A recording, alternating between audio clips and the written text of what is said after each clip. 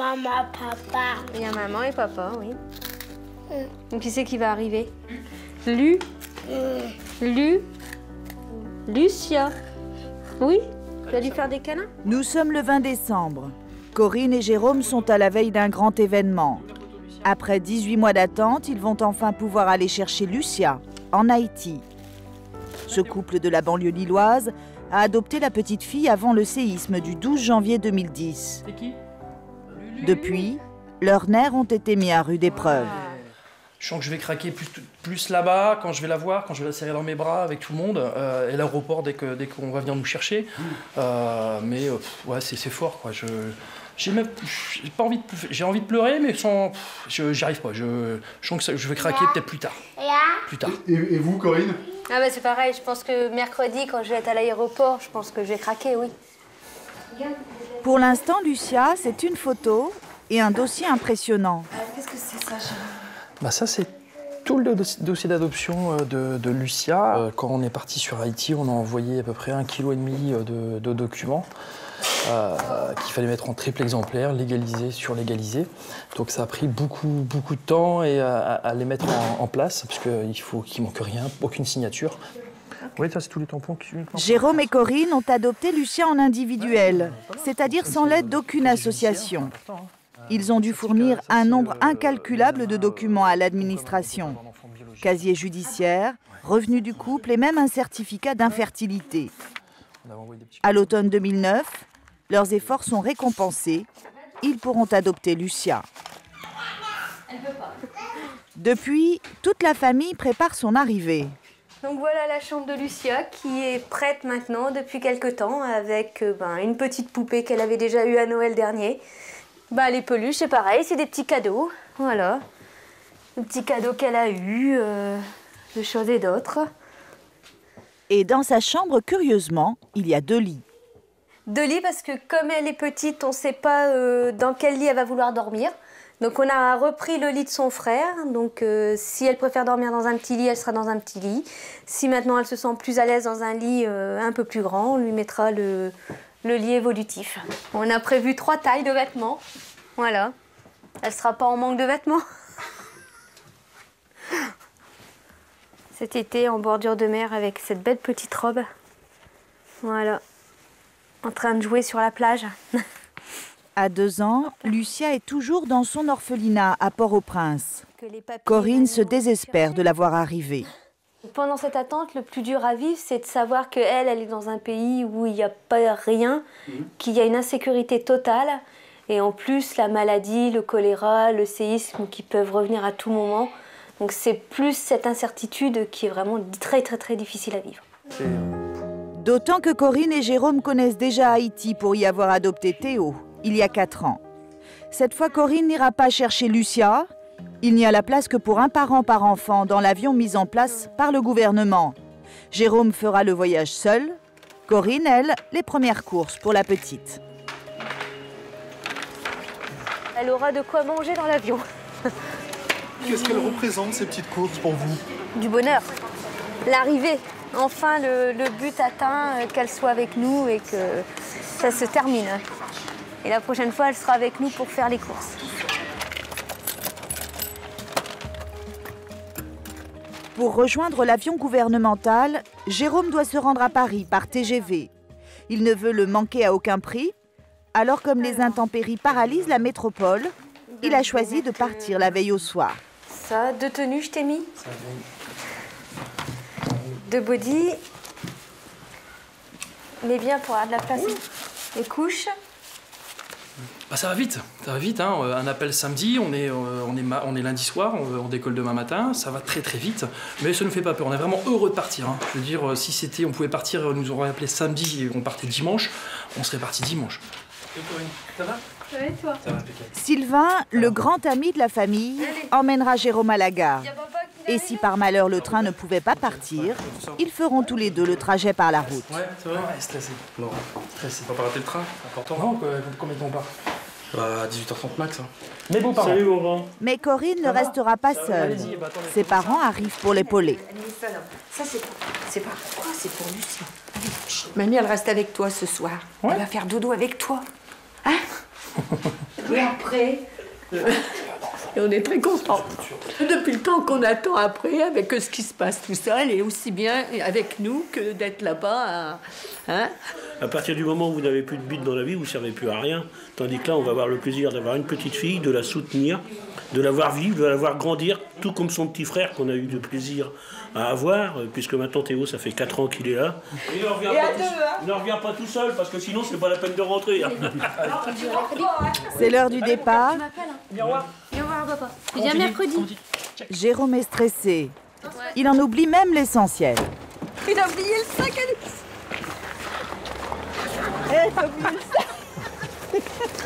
J'ai cru que je l'avais mis. Allez, c'est parti. Si on est à la bourre. Roule. Jérôme n'a jamais vu sa fille adoptive. Il a reçu sa photo 3 mois avant le séisme. Au moment du tremblement de terre, il n'a plus eu aucune nouvelle d'elle pendant 15 jours. Ensuite, il a craint pour sa sécurité. Depuis 3 mois, c'est l'épidémie de choléra qui ravage Haïti. Beaucoup pour un seul homme. On y est. C'est bon. Jérôme se trompe de gare. Le train TER numéro 843. Qu'est-ce qui se passe là? Il faut qu'on change de gare, il faut qu'on aille à 500 mètres un peu plus loin, à la gare d'Île-d'Europe. On a combien de temps pour ça? Ouais, 10-15 minutes. Et ouais, un autre jour, je m'en fous. Mais, Ah non, si j'avais un rendez-vous, je m'en fous. Mais là, ouais, mais j'ai un rendez-vous avec ma fille et puis il faut que je le loupe.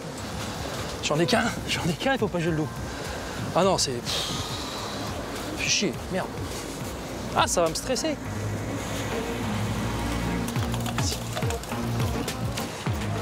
Puis il faudrait quand même pas que Jérôme rate le train maintenant si près du but. Hein? Alors je fais un peu la police pour avancer le système. Tu te couches devant le train. C'est celui de Nantes, toi. Ouais, 52-34, ouais. Ah, c'est bon. 19, 52-34. Ah, c'est bon, ouais, c'est bon. Bon, allez, salut maman. Et reviens-nous en pleine forme avec la... Ouais. C'est parti pour un voyage de 7500 km.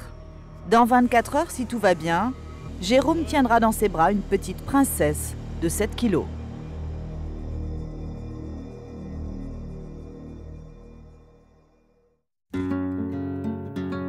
Samuel et Valérie sont ensemble depuis 17 ans. Ce jour-là, ils se rendent chez le frère de Samuel pour voir le petit Hugo, leur neveu. Bonjour. Coucou. Un petit bonhomme qui a bouleversé leur vie. Viens là, tata. Bonjour mon cœur. Bonjour mon cœur. Alors voici Hugo. Hugo, il a 1 an. 13 mois aujourd'hui. Ouais, 13 mois aujourd'hui. Donc c'est le petit garçon de Grégory, le frère à Samuel, et Lucie, ma belle-sœur. Entre le couple et Hugo, une grande histoire d'amour. Valérie s'est beaucoup attachée à son neveu. Samuel, lui, vit l'arrivée de cet enfant dans la famille comme une paternité par procuration. C'est pour le siège auto. Car pour l'heure, le couple n'a pas d'enfant. Et c'est son désir le plus cher. Ça fait pas de bruit ça.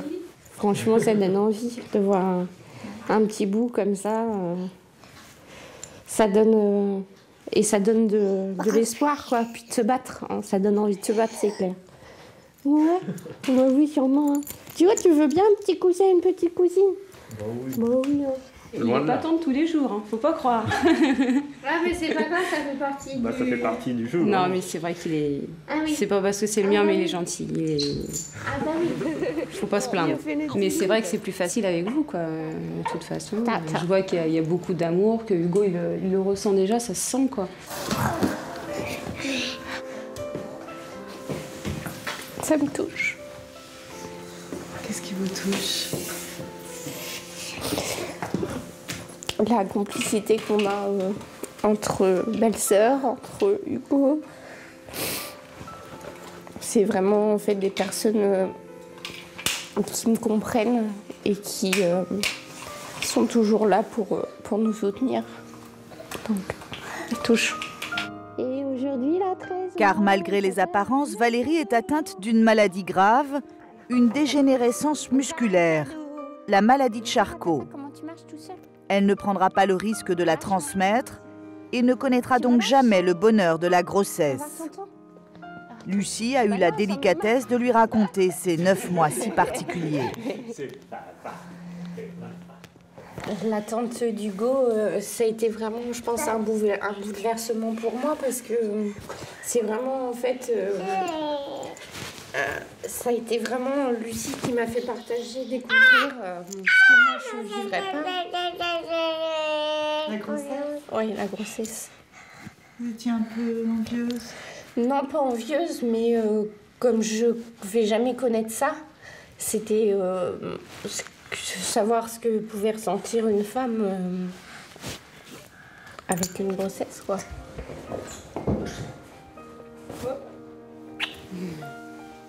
Depuis la naissance d'Hugo, son désir d'enfant est devenu une priorité. Alors Samuel et Valérie ont décidé d'adopter. Un parcours long et difficile. Un petit garçon comme lui serait leur rêve.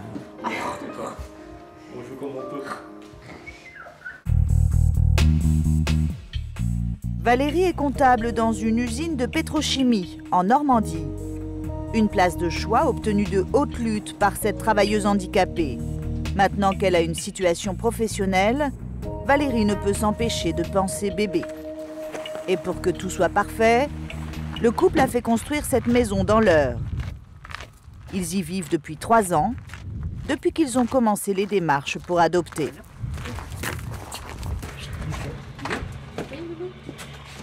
Donc là, en fait, on a la pièce à vivre, donc la cuisine, salle à manger, et puis donc là, le salon. Moi, il me fallait un plein pied parce que, en fait, avec mes problèmes de santé, c'est plus facile pour moi. Je me fatigue moins quand il n'y a pas d'escalier. Ensuite, on a le couloir avec les 3 chambres et puis la salle de bain. Donc pour l'instant, on a fait un bureau parce que voilà, en attendant des petits bouts. Donc en fait, là, on a le bureau qui peut servir de chambre de bébé. Hein. Je l'imagine déjà en chambre de bébé si on a le bonheur d'avoir un petit bout. Ensuite, on a encore une chambre. Alors là, on verrait plus l'enfant à 2-3 ans, quoi. Enfin, quelque chose où il aura la place de jouer. Vraiment, tout est prêt. On n'a plus qu'à pousser quelques meubles, mais bon, là, il n'y a pas de problème, quoi. Parce que là, ça nous manque. Ouais. On voit plein d'enfants autour de nous et c'est vrai qu'on se dit, pourquoi pas nous, quoi. Bon, moi, j'arrive à 40 ans, donc forcément, je me vois vieillir. Et puis, c'est vrai que le déclic, je l'ai eu avant Valérie, mais j'ai pas voulu précipiter les choses par rapport à elle. J'ai attendu qu'elle soit prête aussi pour, une fois qu'on était tous les 2 prêts, on a commencé la procédure. Mais c'est vrai qu'on y était par étapes, hein. On a voulu se construire. Se construire professionnellement, avoir une maison à nous, se donner toutes les chances et se marier, quoi. Une maison, un couple solide, un mariage. Après enquête, le Conseil général leur a délivré en juin dernier un agrément, en quelque sorte le permis d'adopter. Cette visite qu'on est en train de faire, vous l'avez faite déjà avec les gens du Conseil général? Oui, tout à fait. Ouais. Donc il y a l'assistante sociale du Conseil général qui est venue la voir pour voir si on pouvait accueillir un enfant, dans quelles conditions. Donc voilà, quoi, le résultat, ça a été que c'était une maison qui était agréable à vivre, pleine de lumière, et puis comme quoi on pouvait adopter sans problème. De me rapprocher un peu plus, quoi. Le couple a obtenu un agrément pour un enfant de 0 à 2 ans. Samuel et Valérie espèrent devenir les parents d'un enfant français, pupille de l'État, un enfant né sous le secret. C'est le seul moyen d'avoir un nourrisson. Parce qu'il adore animer. J'ai quand même un rêve, c'est de pouvoir pouponner, de changer les couches, prendre les biberons, se lever la nuit. Quand même si c'est des choses pas très... se lever la nuit et tout, mais ça fait partie du jeu. Et c'est vrai que moi, ça serait l'idéal, ça serait un petit bout de 3 mois, 3-4 mois, parce qu'il ne connaîtra pas autre chose que notre foyer. Donc, il a tout à apprendre avec nous. Quelles sont les chances de Samuel et Valérie de réaliser leur projet? Dans 15 jours, ils vont tâcher de relancer leur dossier au Conseil général, un rendez-vous très important.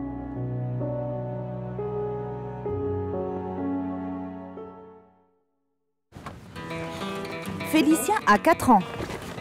Il vit en Champagne avec Jean-Sébastien, son père, et Sylviane, sa mère, depuis son adoption à Djibouti. Allez,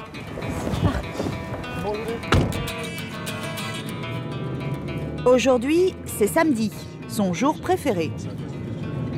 Est-ce qu'on va aller se baigner là? On va se baigner où? Bah je me le demande. Où est-ce qu'on peut aller se baigner? À la mer. Tout de suite là à la mer? Non, à la piscine. Ah d'accord. Jean-Sébastien et Sylviane ont tout fait pour avoir un enfant biologique. Plusieurs fécondations in vitro et autant de fausses couches douloureuses. Après 7 ans, ils ont renoncé. J'étais pas à l'aise avec l'idée. Quelque part, si ça marchait pas naturellement, c'est qu'il y avait peut-être une raison et j'étais pas à l'aise avec l'idée de forcer le destin. Pour autant, c'était inconcevable que je n'ai pas d'enfant. C'était inconcevable. Alors est née l'idée d'adopter. Jean-Sébastien n'y était pas favorable, mais il s'est rendu aux arguments de son épouse. Depuis 2 ans, Félicien partage leur vie pour leur plus grand bonheur. Le petit garçon s'est formidablement bien adapté à sa nouvelle vie en France. Bonjour. Bonjour. Ça va? Oui. Tu vas aller dans l'eau? Oui. Mais désormais, la famille est dans une nouvelle attente. Jean-Sébastien et Sylviane ont relancé une 2e procédure d'adoption. Objectif, un frère ou une sœur pour Félicien. Sûrement qu'on se raquette à un moment donné, mais chaque chose en son temps, on va voir, ouais. Mais de toute façon, c'est sûr que le 2e connaîtra l'eau aussi. J'espère qu'il aimera ou qu'elle aimera.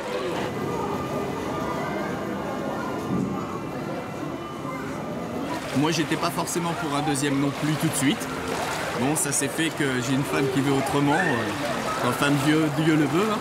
Donc on s'y plie et puis bon, je suis bien content. Maintenant, je suis vraiment impatient pour le 2e, plus que je l'ai été pour le 1er, parce que maintenant que je connais, c'est vraiment sympa. Il en a fait du chemin, Jean-Sébastien. La première fois qu'on lui a parlé d'adoption, il s'est levé de table en colère. Il craignait que l'enfant ne lui plaise pas, que la greffe ne prenne pas. Il avait peur de ne pas l'aimer et de ne pas être aimé par cet enfant différent. Ça va? Et toi? Ouais, ça va. Finalement, c'est une amie qui lui a fait changer d'avis. Camélia sait de quoi elle parle. Cette mère de 3 enfants a été adoptée à l'âge de 5 ans. C'est 50 et quelques, donc... Ah bah ça va. On arrête à la poisson permis, hein. Aujourd'hui, Camélia vient voir le tout nouveau quad de son filleul, car elle est devenue la marraine de Félicien. Elle se souvient du moment précis où elle a réussi à convaincre Jean-Sébastien d'adopter. Nous, on est partis sur les îles. Et Sylviane, c'était ma meilleure amie, donc en sachant qu'elle ne pouvait pas avoir d'enfant, bon, elle dit j'aimerais bien adopter, mais j'en sais, il ne souhaite pas pour l'instant. Je lui dis laisse-moi faire, j'ai essayé d'en discuter avec. Et on s'est retrouvés tous les deux avec Jean-C. Et je lui dis alors l'adoption, t'as toujours pas envie? Oh non, je sais pas. Je me souviens, on avait discuté à bout de temps, hein, au moins 1 heure, 1 heure et demie. Et c'est vraiment là, je me souviens que tu m'avais parlé de ton adoption pleinement là, tout ça. Et puis je pense que c'est vraiment là, tu vois, c'est le déclic qui s'est fait. Ce qui l'angoissait aussi, c'est qu'un jour son enfant puisse lui dire t'es pas mon vrai père. Ça, c'était une crainte pour lui. Et je lui dis après, si toi tu lui as toujours dit qu'il est adopté, que t'es bien, t'acceptes bien, après il te le reprochera pas. Mais il faut leur dire la vérité des petits.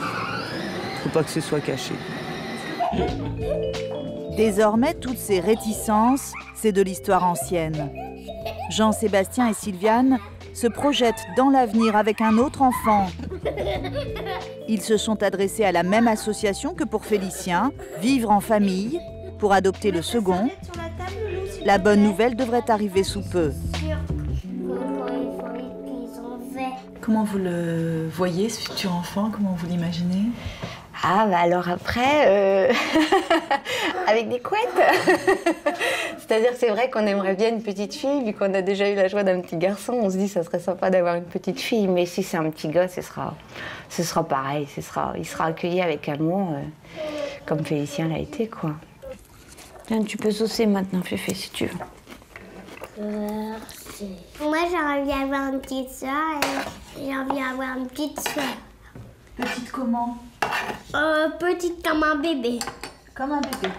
Bah oui, moi j'aime les bébés. J'aime les bébés quand elles sont de petites. Ah bon? Oui. À partir de maintenant, une longue attente commence.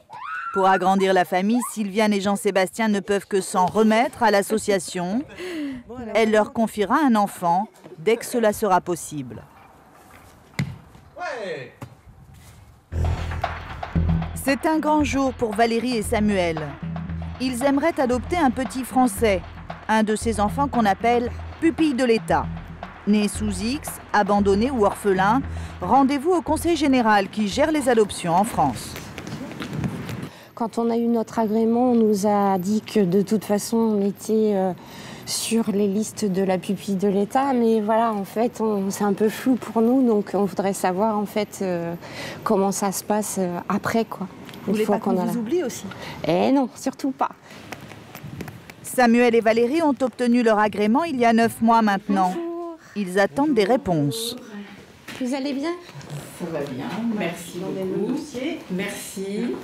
Merci, bonjour madame. Madame Catherine connaît bien leurs préférences pour un pupille de l'État. Vous seriez, pendant cette période d'agrément qui est d'une durée de 5 ans, en attente d'un enfant pupille de l'État. Oui, tout à fait. Alors, dans la catégorie d'âge que vous souhaitez, vous, pour accueillir un enfant, il y a très peu de jeunes enfants, que ce soit en France ou dans ce département. Ce sont des enfants nés d'un accouchement sous le secret et il y en a environ chaque année 600 à peu près en France, et dans le département de l'Eure, évidemment, le chiffre est en rapport, il y en a entre 4 et 6 et je peux vous donner les chiffres de 2010, il y a eu 6 enfants confiés.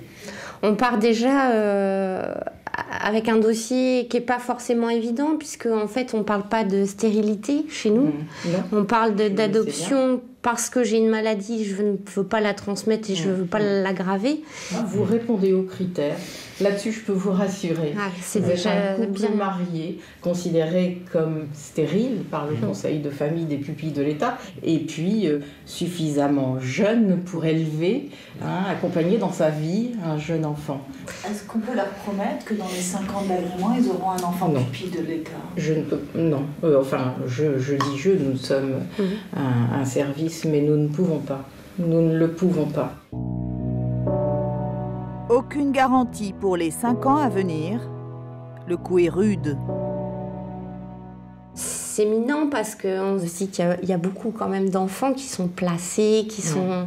Et ces enfants-là ne sont pas adoptables. Et ça mine parce qu'on se dit il y a des choses un peu révoltantes et on se dit, bah mince quoi. Une déception. Samuel et Valérie vont devoir envisager une adoption à l'étranger. Un parcours plus difficile encore pour ce couple. Car beaucoup de pays étrangers refusent de confier leurs enfants à des parents adoptifs malades ou handicapés. Mais ce soir, il faut garder le sourire pour accueillir la famille de Valérie. Salut Loulou! Un bisou! C'est l'anniversaire de sa maman. Valérie en profite pour expliquer à sa famille combien leurs chances sont minces. Donc ils nous ont expliqué qu'il y avait plus de 100 dossiers déposés, qu'en fait sur ces 151, ils gardaient 45 dossiers et pour qu'au final, il n'y en ait que 3. Il n'y a que 3 familles qui passent. Donc c'est l'entonnoir. Ça fait peur, ça, bah oui. Ah bah oui, vous vous rendez compte? Sur la quantité de dossiers, il n'y en a que 3 qui passent. Il y a 45 de retenue et 3 qui passent, vous voyez pas? Ce que ça représente. À la maison. Le frère de Valérie aussi est atteint de la maladie de Charcot. Mais lui a pris le risque de donner la vie. Son fils, Louis, avait une chance sur 2 d'être atteint. Par bonheur, il n'est pas malade. Oui, c'est qui ça? Qu'est-ce que vous en pensez de ce projet d'adoption? Moi, je pense que c'est plutôt bien. Un enfant, ça change une vie. C'est génial, quoi. C'est bien. Ça a changé la vôtre? Ouais. Vous avez eu de la chance?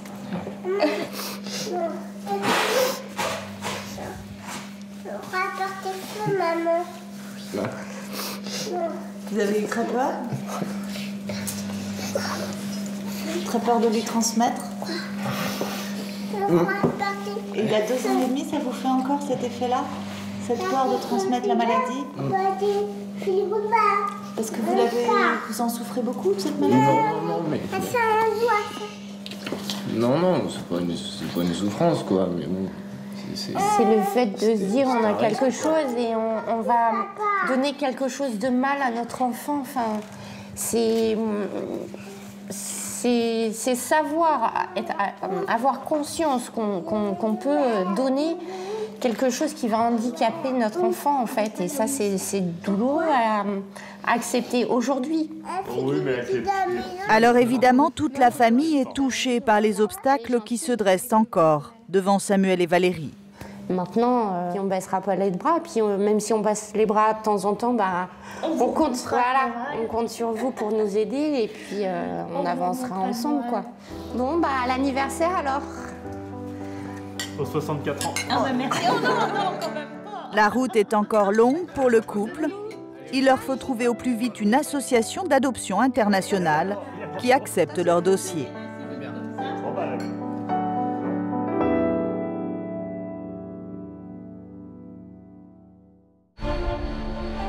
Aéroport de Port-au-Prince. Tous ses parents viennent chercher l'enfant qu'ils ont adopté avant le séisme. Parmi eux, Jérôme, l'un des seuls papas, il bouillonne d'impatience. Stressé, ému et puis plein d'émotions. Ah ouais, très heureux. Et on n'a qu'une hâte, c'est d'aller la voir, donc j'ai pas beaucoup de temps à vous consacrer, mais assez pressé. Bien, alors vous allez attendre un petit moment ici, on va prendre parent par parent. Vous êtes ensemble? Non. Non? Alors allez-y, monsieur. Une dernière file d'attente pour les formalités. Dans quel temps se trouve votre enfant et on va vous y accompagner. La crèche. Dès que vous avez la crèche, après ça ira tout. Je suis à 5 mètres, ça ira plus à 12 000 km. C'est au tour de Jérôme. Vous avez besoin qu'on prévienne quelqu'un demain à l'aéroport? Tente numéro 4. Oui, je vais essayer de voir un peu. Tente numéro 4. On peut le faire pour nous. La 4. Vous suivez, monsieur. Au suivant. La nuit est tombée sur l'orphelinat de Fortune, installé dans les jardins de l'ambassade de France. Ne reste qu'à trouver la tente numéro 4. Sur la chemise des petits, leur prénom et leur nouveau nom de famille. Dans une seconde, Jérôme va découvrir sa fille. Voici Cynthia. Moi c'est elle. Moi c'est elle. Salut. Ça va? T'as du monde?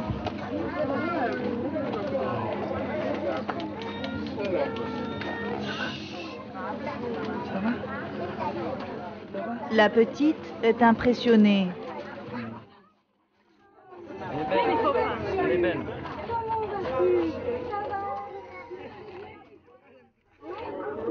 Et puis ça, regarde. Regarde. Où ça, regarde. Premier regard à son nouveau papa. Ouais, elle est superbe. Tu le veux? Voilà, c'est pour toi. C'est pour toi, ma puce. Et premier câlin.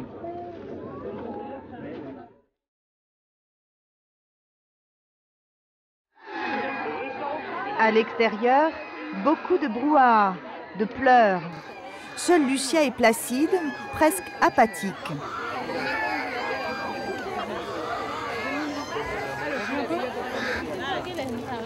Dernier bisou à la nounou qui a accompagné ses 2 premières années de vie.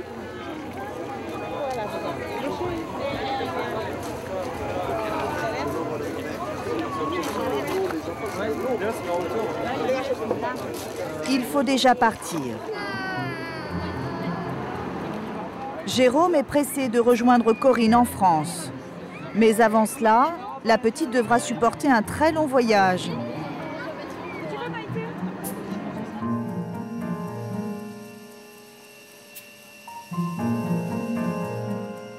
Au terme d'années d'efforts, Jérôme ramène enfin cette fille qu'il espérait tant.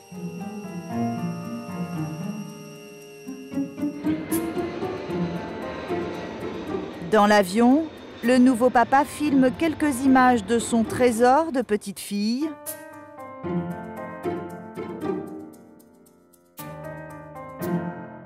De toute évidence, Lucia a adopté sa poupée. Mais à l'arrivée, les choses ne se déroulent pas comme prévu. C'est où là qu'on va aller? Corinne est bien au rendez-vous, accompagnée de Sylvain, l'ami de la famille. Je sais pas si vous suivez. Stressée.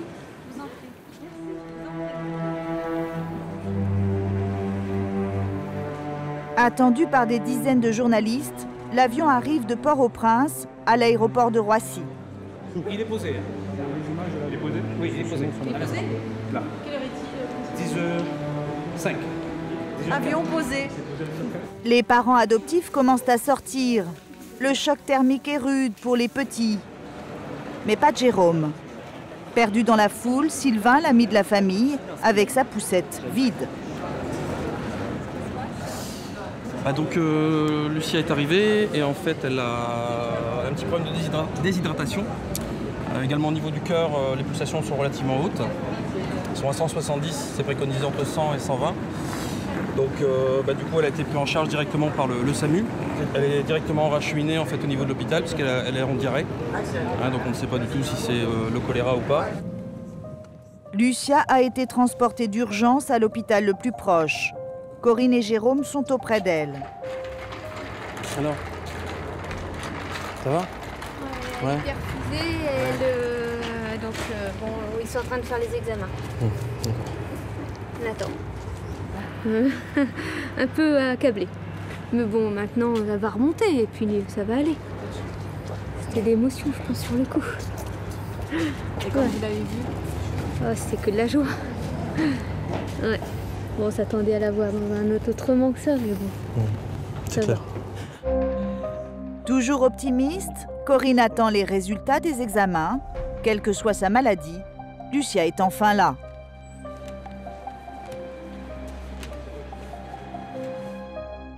La gauche. Un mois plus tard, nous retrouvons Jean-Sébastien et Sylviane en Champagne. Sylviane s'apprête à fêter ses 40 ans avec son fils Félicien, adopté à Djibouti. Mais c'est une autre échéance qui l'obsède. L'association Vivre en Famille a promis une bonne nouvelle au mois de février. Et nous sommes justement le 1er février. Faut qu'on s'y prépare, quoi. Faut qu'on se prépare. Psychologiquement aussi, ça commence à... Voilà, on se dit, tiens, une petite fille, un petit garçon. On fait une chambre en rose, on fait une chambre en bleu. Mais plus le temps approche, plus on se dit, bon voilà, on commence à être un peu dans l'imaginaire de la préparation d'accueillir un enfant, quoi. Chaque fois que le téléphone retentit, ce peut être Madame Labesse de l'association. Elle leur apprendra qui sera leur prochain enfant. Provençal. Et hier soir, on a eu l'appel d'une copine. Et comme ça, ça pourrait être Madame Labesse. Donc oui, il y a quand même l'attente hein, qui est drôlement là, c'est sûr, c'est sûr. C'est le soir que ça se passe généralement? Après, nous, on a l'expérience d'une première adoption avec eux. Effectivement, c'était sur le soir. Je pense qu'elle s'assure que les deux parents soient là. Donc, c'est essentiellement sur le soir. Enfin, ça s'était passé comme ça. Donc, on s'imagine plutôt ça. On s'imagine plutôt ça. Mais voilà que le téléphone sonne. Oui. Oui, bonjour. À l'autre bout du fil... Oui, je vous la passe. Madame Labesse. Madame Labesse. Bah oui, je me suis doutée. Bonjour, Madame Labesse.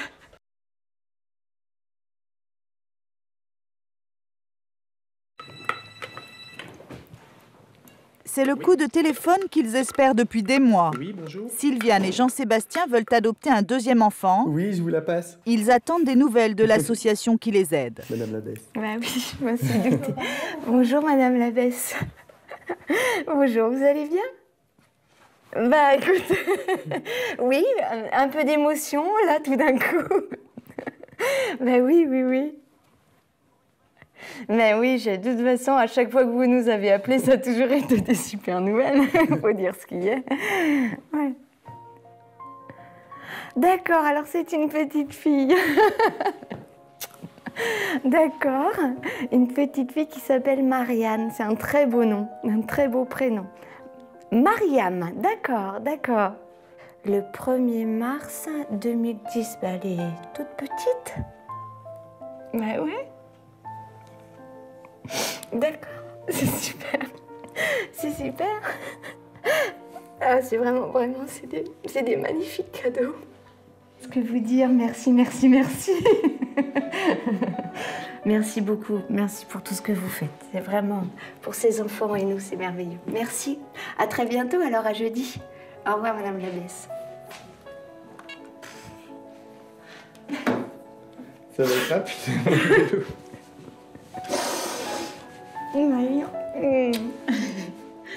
Bon, c'est un très bel anniversaire, un très beau cadeau.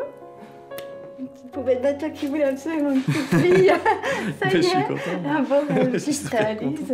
Ah ouais. Bah oui. Et belle la vie. Non seulement leur vœu est exaucé, mais leur enfant est une fille, une petite fille de 11 mois. Jean-Sébastien et Sylviane sont ravis. À la poupette. À Myriam. À Myriam. Et puis à nous.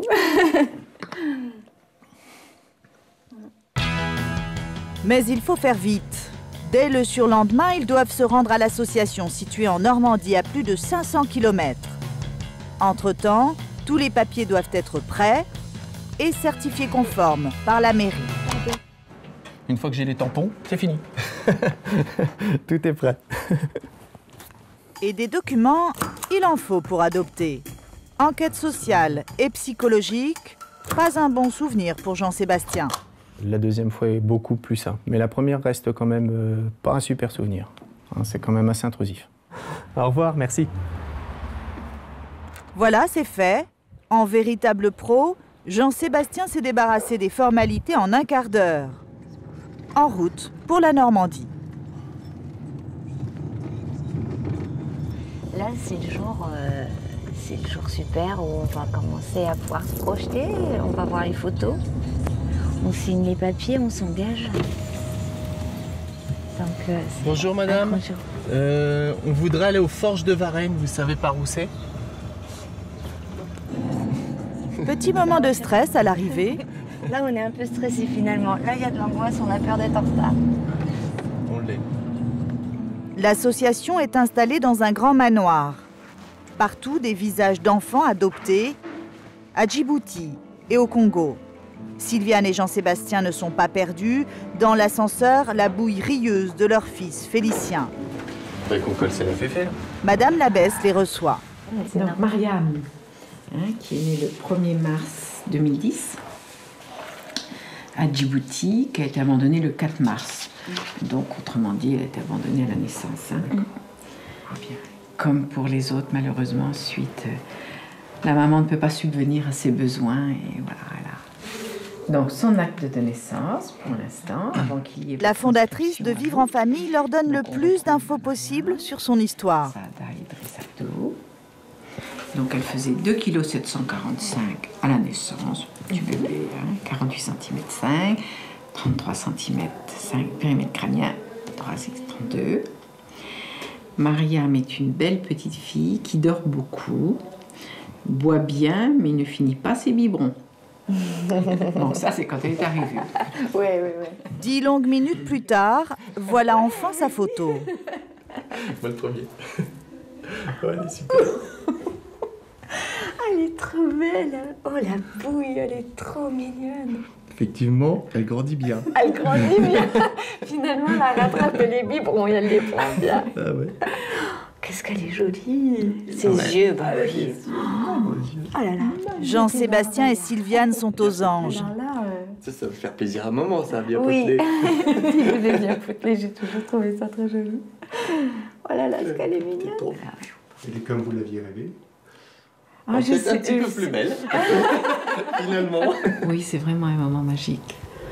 Je trouve qu'il n'y a pas beaucoup de mots d'ailleurs dans le vocabulaire français pour transmettre ce qui peut se passer à ce moment. Ça, et le jour où on vous la remet sur place, là,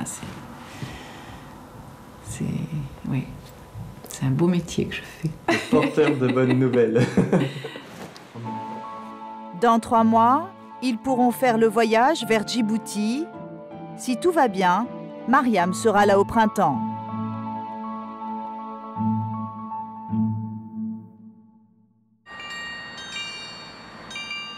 Finalement, la petite Lucia n'a passé qu'une nuit à l'hôpital à son retour d'Haïti. Nous la retrouvons le surlendemain dans son nouveau foyer, en banlieue lilloise. En bonne santé. Lucia. Tu me regardes?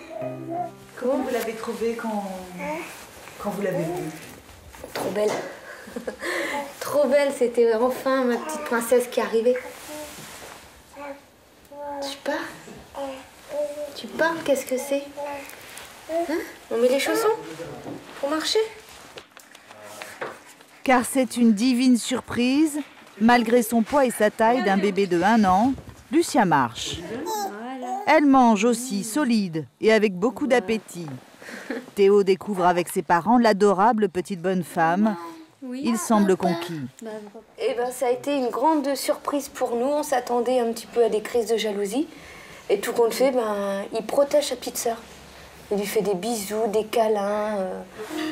Petit sourire.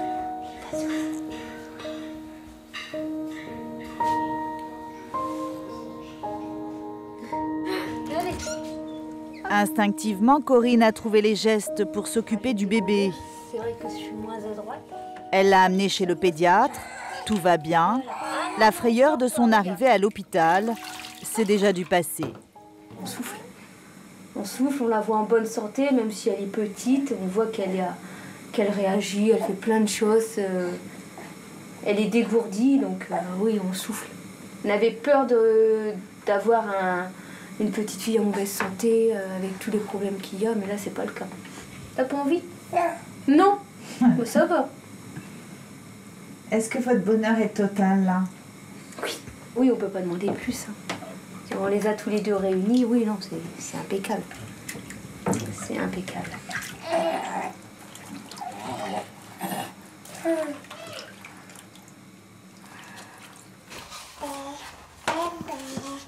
Il est où ton bébé? 1 mois plus tard, une montagne de jouets s'est accumulée dans le salon de la petite famille. C'est bon. Lucia adore jouer, surtout avec sa poupée. Non. Elle a pris un peu plus d'1,5 kg à peu près. Et elle parle beaucoup plus, elle se débrouille de plus en plus. Il y a 1 mois, elle était collée avec papa, et maintenant? C'est maman. Ça change. Mais dans quelques jours, Corinne devra reprendre son travail de comptable. Il faut commencer à habituer petit à petit Lucia à aller chez sa nourrice. Allez. On s'en va. On va aller voir sa nounou pour la mettre une petite heure pour qu'elle commence à s'habituer tout doucement avant que je reprenne le travail et qu'elle y soit des journées. Donc on va aller faire quelques petites journées d'adaptation. Pour Lucia et sa maman, c'est une toute première séparation. C'est plus moi qui a l'appréhension de m'éloigner d'elle, mais à côté de ça, je sais qu'elle va être très bien. Il n'y a aucun souci là-dessus. Elle va vous manquer? Oui. Je vais avoir hâte d'arriver le soir. Lucia est entre de bonnes mains. Tu vas aller voir Aden et Sana. D'accord, et je reviens te chercher après. Si. Voilà. Allez. Voilà. Et je reviens te chercher après. D'accord?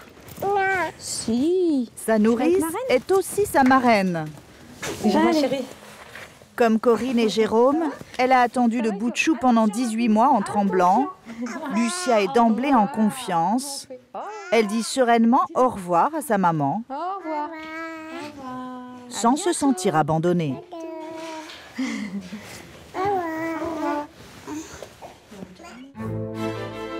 Aujourd'hui, Samuel et Valérie continuent leur combat pour adopter. Ils ont envoyé des lettres de motivation à plusieurs associations pour le Vietnam, le Congo ou la Lituanie. Ils gardent malgré tout l'espoir d'être choisis pour devenir les parents d'un pupille de l'État. Sylviane a fêté ses 40 ans dans la joie et le bonheur. Celui d'annoncer à tous ses proches l'arrivée au printemps d'une petite fille dans la famille. Elle s'appellera Abigaël. Jean-Sébastien, son père, menuisier, est en train de lui fabriquer un lit. Jérôme, Théo, Corinne et Lucia apprennent à vivre ensemble au quotidien. Enfin réunis, la famille envisage désormais de déménager dans une plus grande maison pour donner de l'espace à chacun.